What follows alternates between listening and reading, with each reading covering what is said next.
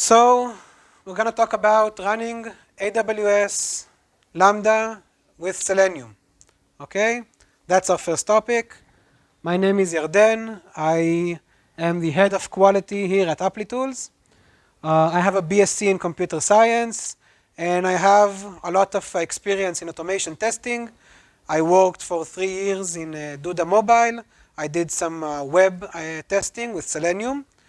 And I worked previously in VIA, if anyone here heard about it. I made some tests with Espresso for mobile applications, and also XUI test for iOS. I had some issues running tests in the past, and those issues gave some ideas for new solutions. One of the solutions we're going to talk here is about running tests inside the AWS Lambda. If you have any questions, please stop me. I want you to understand every slide we have here in the talk. I will dive into some code, so ask questions, stop me, and let's have it a more deeply explanation. So we're all testers here, right? We all write tests, we all write automation, and we all know the 3 different levels of tests. We have unit tests, we have API or integration tests, it depends on your system, and we have end-to-end tests. We're going to focus on end-to-end tests, and when I mean end-to-end tests, I mean using the user interface, using the GUI, to test your system from end to end. The server, all the code, the database, every component in your system will be tested through the UI. Is it important to do UI tests? So let's see. I have 2 great examples explaining why we have to have end-to-end tests. Here we have the first example. We have a soap dispenser and an outlet of electricity. And the guy here wants to use the outlet. We have the soap dispenser. Something here is strange. He brings his hand and all the components work perfectly. But the system end-to-end has its failures. I have another example. I don't know why all the examples are from the bathroom. But this is another example showing why we have to have end-to-end tests. So the guy washes his hands, as we all do. He finishes to wash, and then that's great. So again, everything works perfectly. All the components work perfectly, but we still have to test the system from end-to-end to ensure everything works. Okay? I hope we all understand we have to have end-to-end tests. Let's see just a simple example of a test. So here we want to test a login page. This is a simple Selenium. I hope you all know this. I open a Chrome driver. I navigate to the GitHub URL.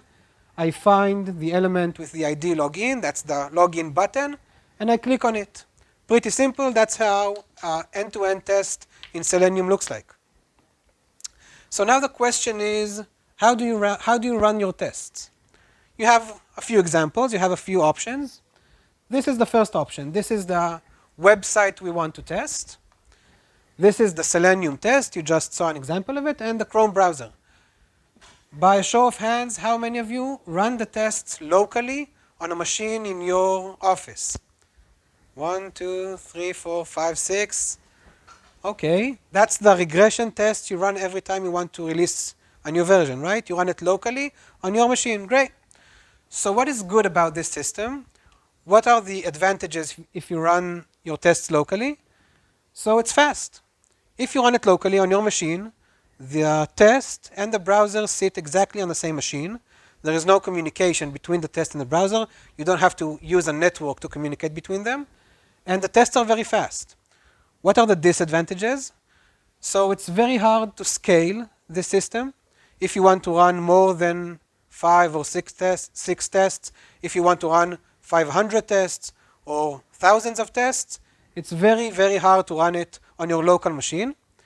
And also, all the load of the tests is sitting on that single machine. Usually the fans of the computer will start working very hard. You're going to hear it. And the computer will be very hot because you're loading all the tests on the same machine. A solution? How many of you use this system? You run the tests on a machine. It can be a local machine. It could be some CI machine. And you maintain a Selenium grid by your own. you have a hub, and you have some nodes, and the hub distributes all the tests between the nodes. How many of you run tests like this? 1, 2, 3, 4, 5. Okay, it's almost the same. So this is a great solution. Why is it a solution? Because now no load is sitting on your personal computer. That's great. And also, it's very easy to scale this. You can add machines, and these machines can add more tests. That's very simple. What is the disadvantage here? Well, you have to maintain this. This is your own system, your own hub, your own nodes, and you have to maintain these machines. And also, usually you use an object in Selenium called remote web driver. Remote web driver sends every call to the driver to a remote machine by HTTP. Each call takes time. It's supposed to go all the way to the machine and all the way back. And this communication can take some time. Usually the tests are much slower than when you run them locally. Okay, we said one disadvantage here is maintenance. How can we solve this? We can use some third-party provider, a company that gives you the machines and they maintain them. You don't have to take care for anything. A good example for a company like that, I'll give an example, is Sauce Labs. But there are many companies that give you this solution. So you don't have to take care for any maintenance. Again, the problem here is speed. If you want to run a lot of tests, and each test has to send communication to the browser and back, it can take a lot of time. Does it matter? Why do we want fast executing test suites? Does it matter if we have speed in our tests? Well, first of all, yes and no. Okay, let's say the pros before we say the cons. If it's fast, then a lot of people in the company will be glad to use your test suite. If the tests are very slow, then the developer wouldn't like to run your tests, and he will run it maybe once a day. How many of you here use a nightly suite?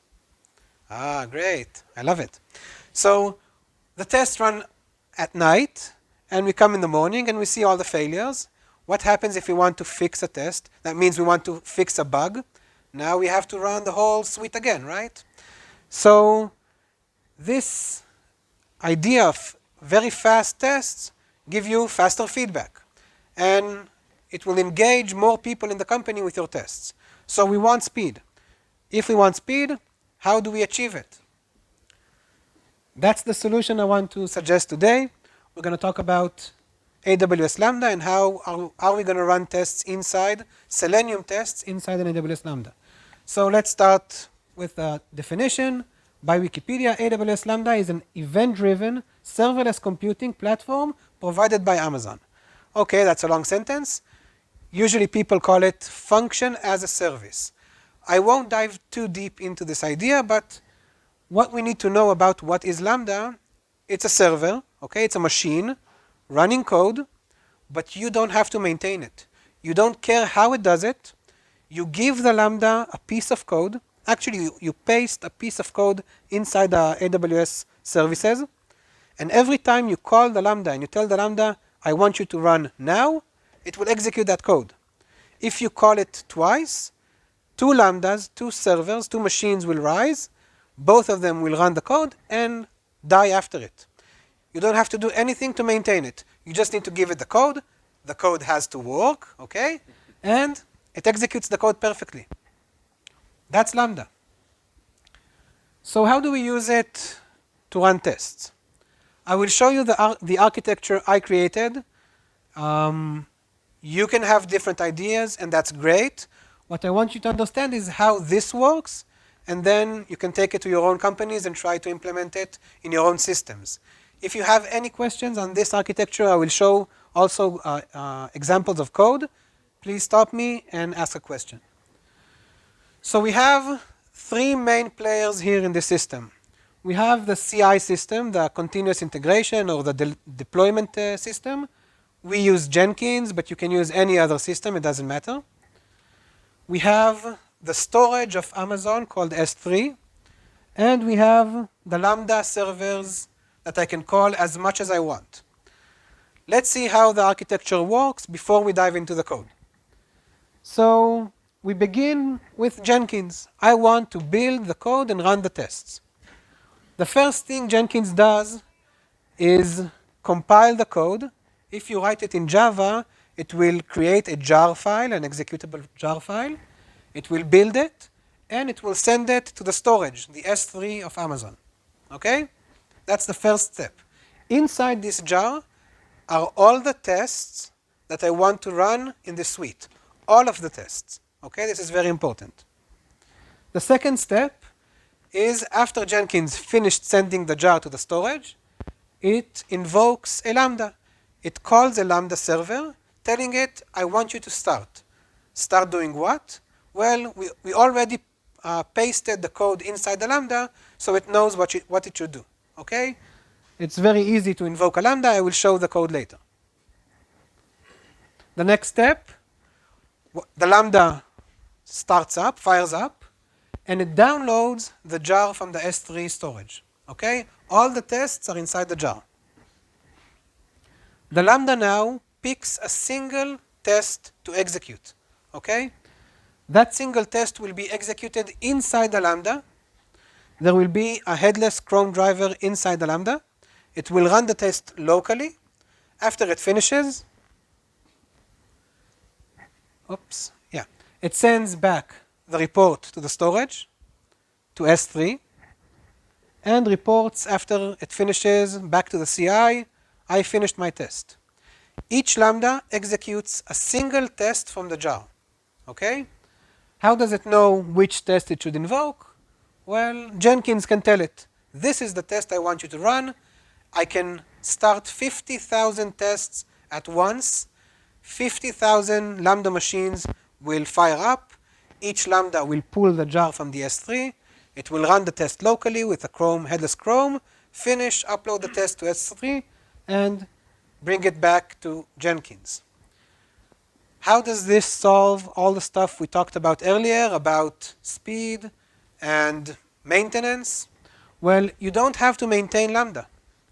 Lambda, you just give it the code, and Amazon assures you that the code will run. How does it give us speed? Like I said, you can fire up 50,000, a million Lambdas as much as you want. It's not limited. And each Lambda will run a single test quickly because the browser and the test sit in the exact same machine. It's not a remote web driver. It's not sending any functions over the net. And it finishes quickly. So I want to move component by component and show you the code that can be written inside that component and how it works. So we're going to start with Jenkins. This is an example of how Jenkins can fire up a Lambda. You see here we use, again, I'm using Java, okay? This is the AWS Lambda SDK written for Java. You give the Lambda credentials. You need an API key to invoke your Lambda. And after you have your Lambda object, you need to create a request. Here I send the name of the test I want to execute. Okay? Before I invoke the Lambda, I add to the Lambda object the name of the test I want to run in that single Lambda. And I call invoke. Pretty simple, right? You can see that no load is sitting on the CI. The CI doesn't run any test. It just invokes a Lambda and waits for it to finish. When it finishes, I can continue. That means that Jenkins can fire up a million Lambdas and he doesn't even feel any load because he's not running any code. Okay? So this is the code inside the Lambda. What you need to understand is, you have a question? Yeah. Okay.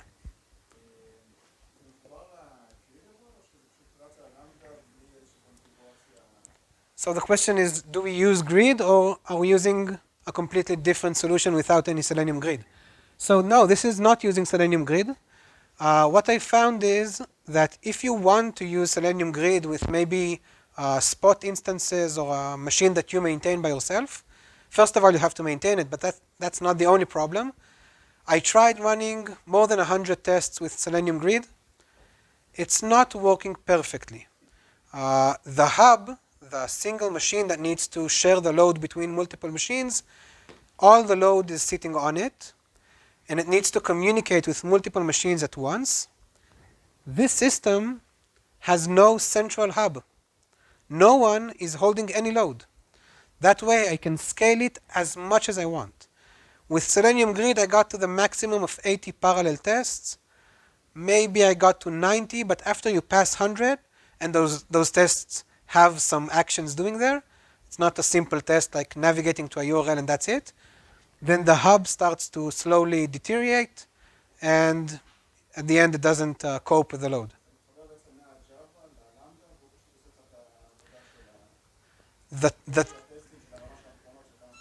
Yeah, no one routes any request between the lambdas.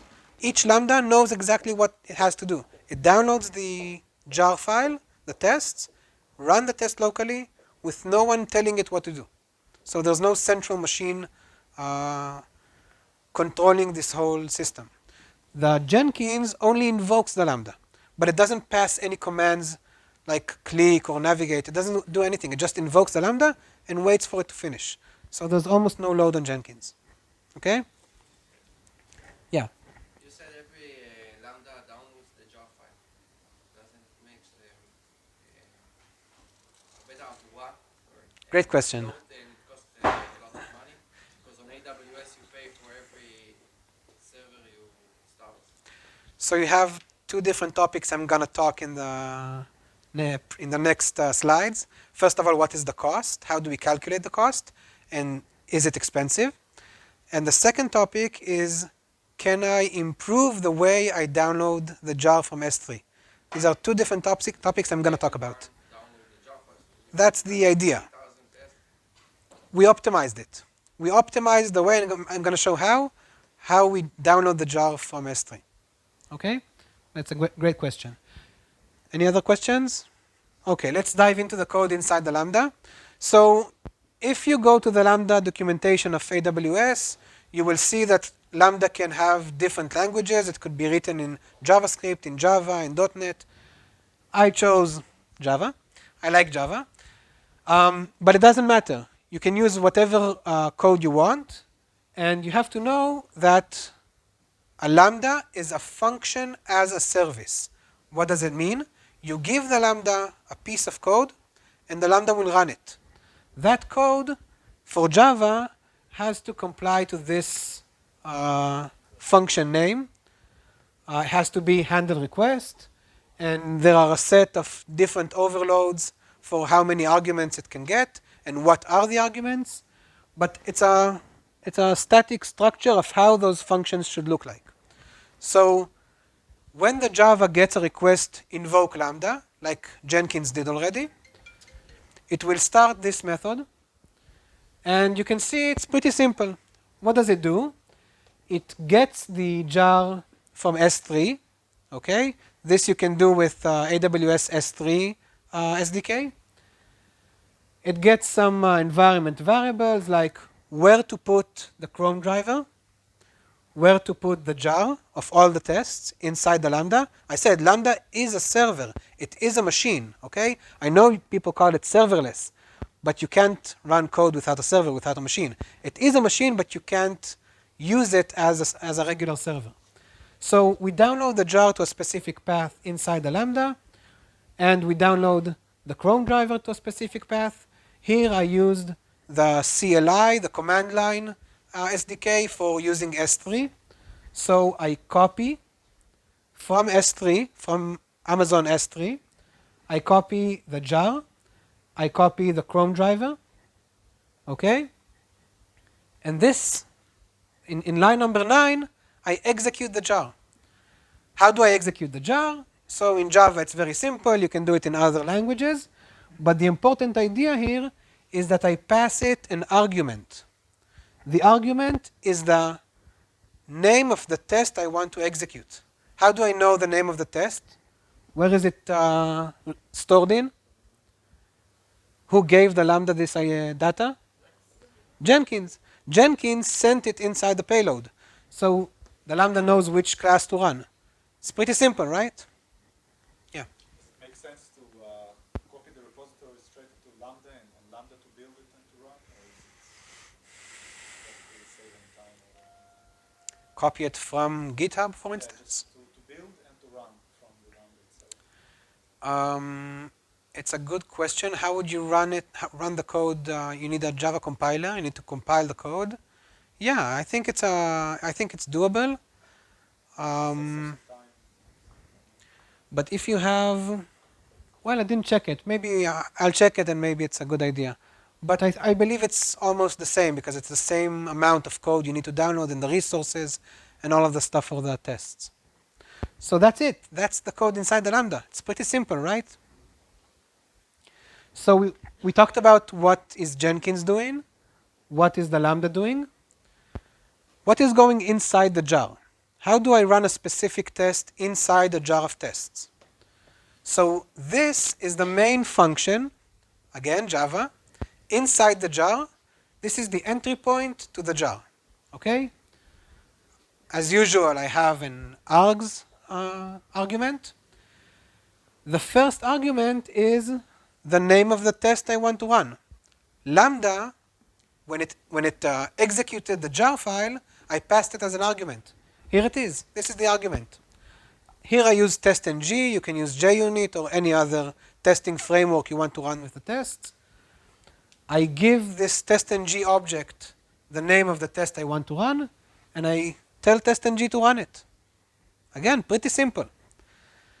This will make the Lambda open the testng framework, run the test, do all the driver commands it has to do, and when it finishes, testng will return and give me the result.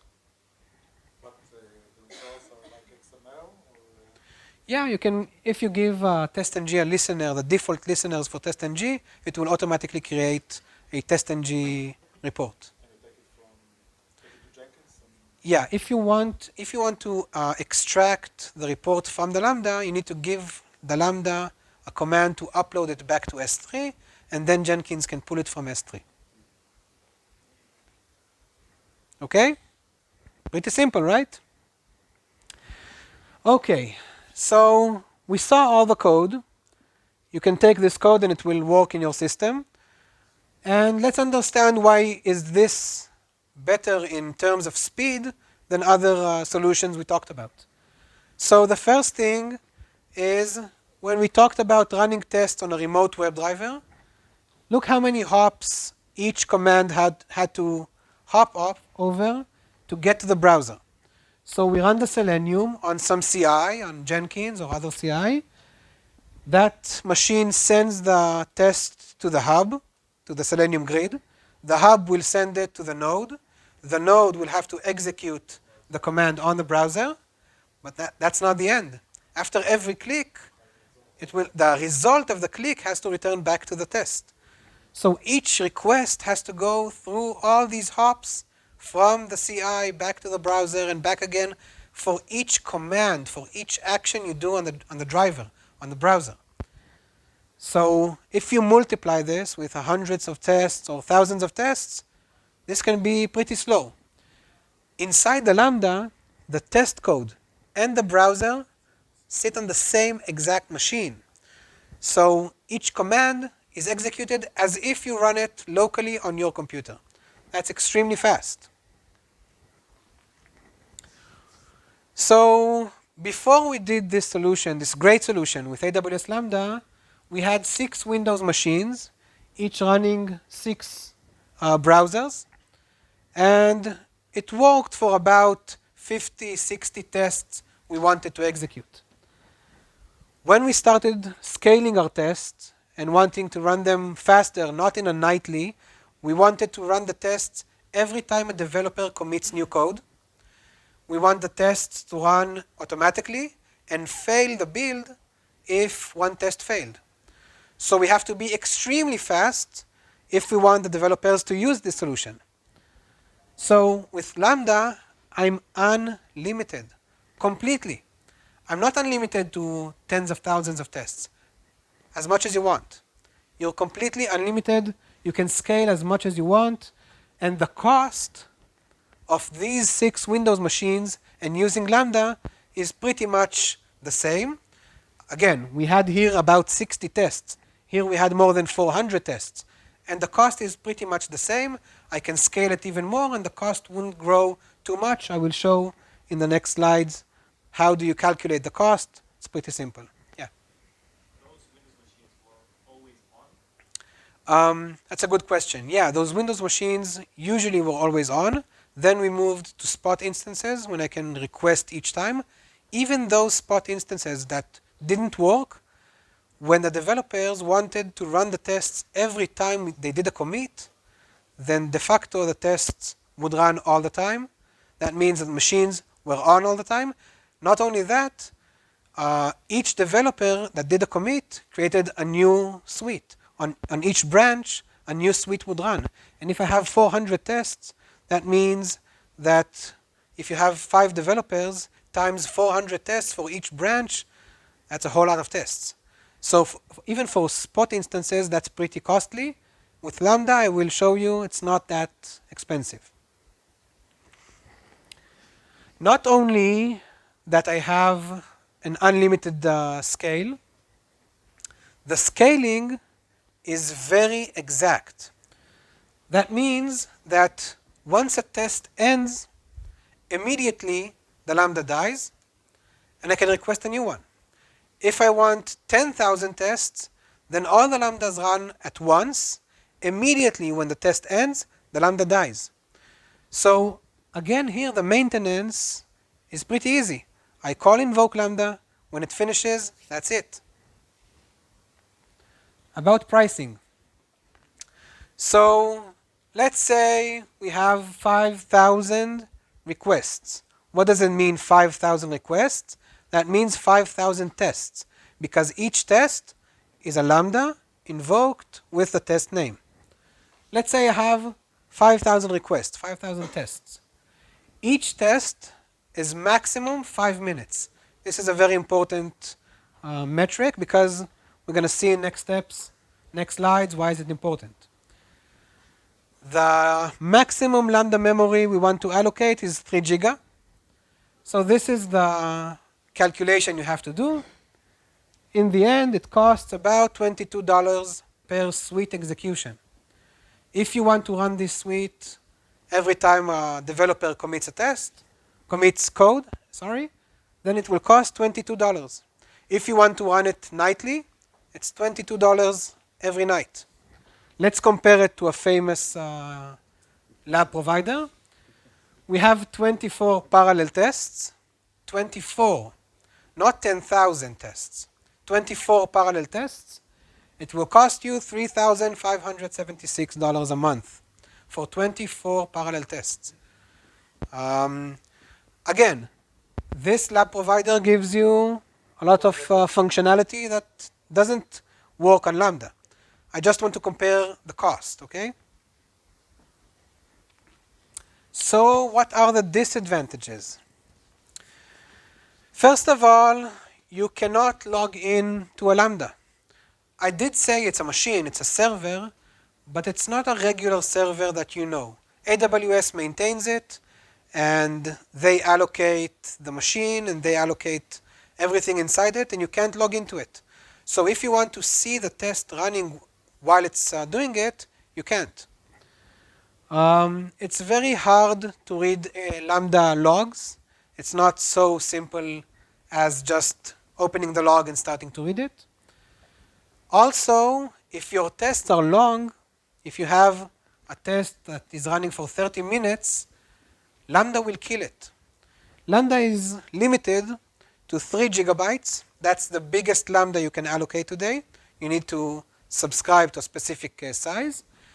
And the longest time a Lambda could run is 15 minutes. After 15 minutes, it wouldn't tell you that you need to finish the test immediately or else it will die. Lambda will die immediately. It will not upload any logs. It will not upload any screenshots. Lambda will die after 15 minutes. Another big disadvantage is, as I know, as of today, there's only Chrome binary, headless Chrome binary for AWS Lambda. That means that if you want to test a variety of browsers, Lambda is not the solution for that specific requirement. Okay? And like Uncle Ben said to Spider-Man, with great power comes great responsibility. If your tests run as fast as they can run inside Lambda, flaky tests will rise quickly. Why is that? If your tests are pretty slow, that means that each command has to go through the net to the browser and back again. It gives time to the browser to load up the page, to make some queries back to the server and again.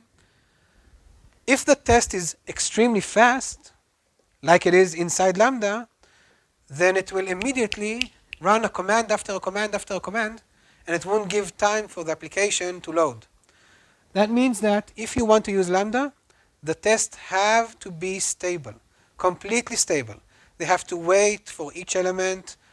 We know it's a difficult task to achieve in Selenium, but if you want to use Lambda and get the speed it can give you, the tests have to be stable.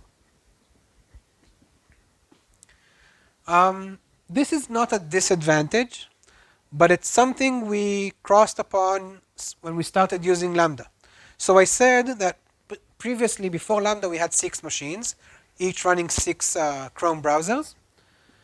And then with Lambda, we started playing with it. I put the parallel executions to 10,000. The first thing that happened is I logged into the server and I saw 1,000,000 errors. What happened?